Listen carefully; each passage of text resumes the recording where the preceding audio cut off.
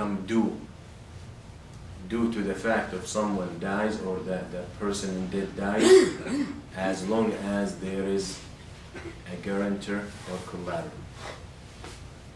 If the heirs cannot provide guarantor or collateral, then they are obligated to pay it off right away. So that is a condition that we put in there.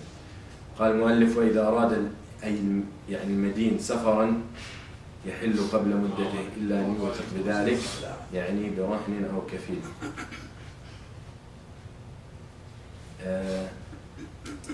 Also, when we talk about al-hajr, if someone wanted to travel,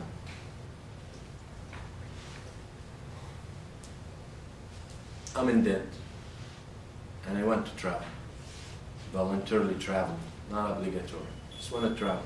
I want to go fi sabilillah. Okay? There's a war I want to go for, and it's tatawwu'. It's voluntarily war.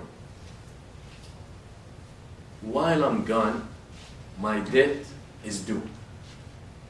Let's say I leave today, and my debt is due next week. But most probably I will disappear for a few months. The person that I owe money to has the right to stop me from traveling. And has the right to freeze my money or to request that my money is frozen. But here, pay attention, the safar is tatawwu'. The traveling is voluntary.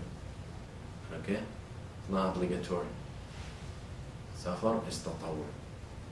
Because the fact that I will disappear for a few months and no one will pay him his debt when it's due, that is harmful to him. Okay, so that is one of the issues the ulama have discussed. Unless me, the one who's in debt, before I travel, I can provide the guarantor or collateral. So if I can say, the brother will take care of it, if I'm not back, then I can go. Alright? Same issue. So you can see Islam trying to preserve the rights. So when he sold you financing, he wanted to help you. When he lent you the money, he wanted to help you. Okay? And there is no riba involved in lending. And we prevented him from taking some advantage of you. So as a return, Islam will also preserve my right. I helped you when you needed me. Okay? Islam gonna take care of me when you are due to pay. Alright? This way, no one is hesitant to give. No one, if there's Islamic rulings and Islamic government and Islamic Sharia being practiced, then people will lend. And he knows that if this person, when the money is due, doesn't pay, I'm gonna get it through al-hakim, through al-qadi. Okay? So very important that we see that. وإن كان الدين حالا على معسر وجب إنظاره. Here now the next part of the statement of Ibn Qudamah, talking about the types of people who are in debt. And there are three types, and we stop here. The people in debt can be, or they are one of three kinds. One is what they call al-mu'sir. Dan Madin al-mu'sir, that is the one who doesn't have anything when it's due, and we're talking about the time. Now these three types regarding the time when the debt is due. Alright? Not when the debt is given, not when the debt is not due, when it's due. So if it's due today, then the people who are supposed to pay their debt, if it's due today, can be one of three categories, one of three types. And each type has its own hukm. One is al-mu'sir. And al-mu'sir is someone who got nothing. Someone who got nothing. Alright? Meaning he got no penny, he got no dollar to pay. He's due, he's supposed to pay, he lent you $1,000. He's supposed to pay today, October 27, but he doesn't have anything. That's one kind. That's al-mu'sir. Okay? The second type, the man whose money more than his debt. He has money, He owes $1,000. It's due today, but he got $100,000. That is someone whose money is more than his debt. That is called, if we could, call al-mumatil. Who can give me an English word for this? Mumatil. Now, when we talk about these three types, not cheap.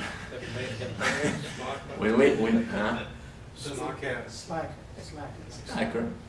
We'll talk about what the issue with these things. When we talk about these three types, we're talking about the money is due, but none of those three types will pay. So when one of them doesn't have anything, he deserves the name of al-mu'sir. Mu'sir meaning he's in a hard time, he's having a difficult time. Okay? He's in a hardship. The second type is the one whose money more than his debt, but he doesn't want to pay still. This one is called mumatil. He drags. He avoids you. He doesn't want to answer your phone. He's hiding. He sees you, he runs away. Even though he can't pay. Because there are some kind of people who wants to live off other people's money. But he wants to keep his money good and complete. Alright? They're everywhere. Alright? Like locusts. That is the second type. So now you guys are so smart to know the third type, which is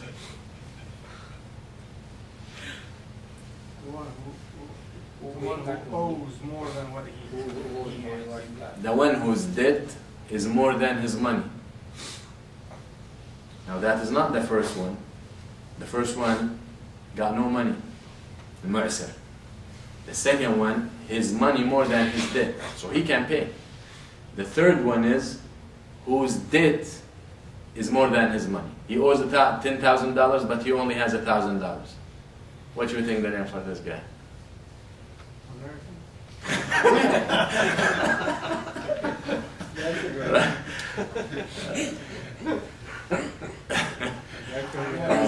I've never seen it like that.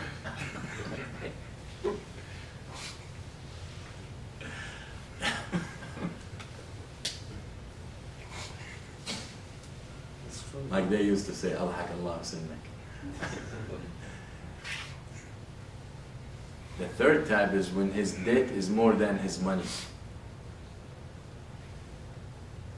This one is called muflis, bankrupt. When someone is bankrupt, I mean the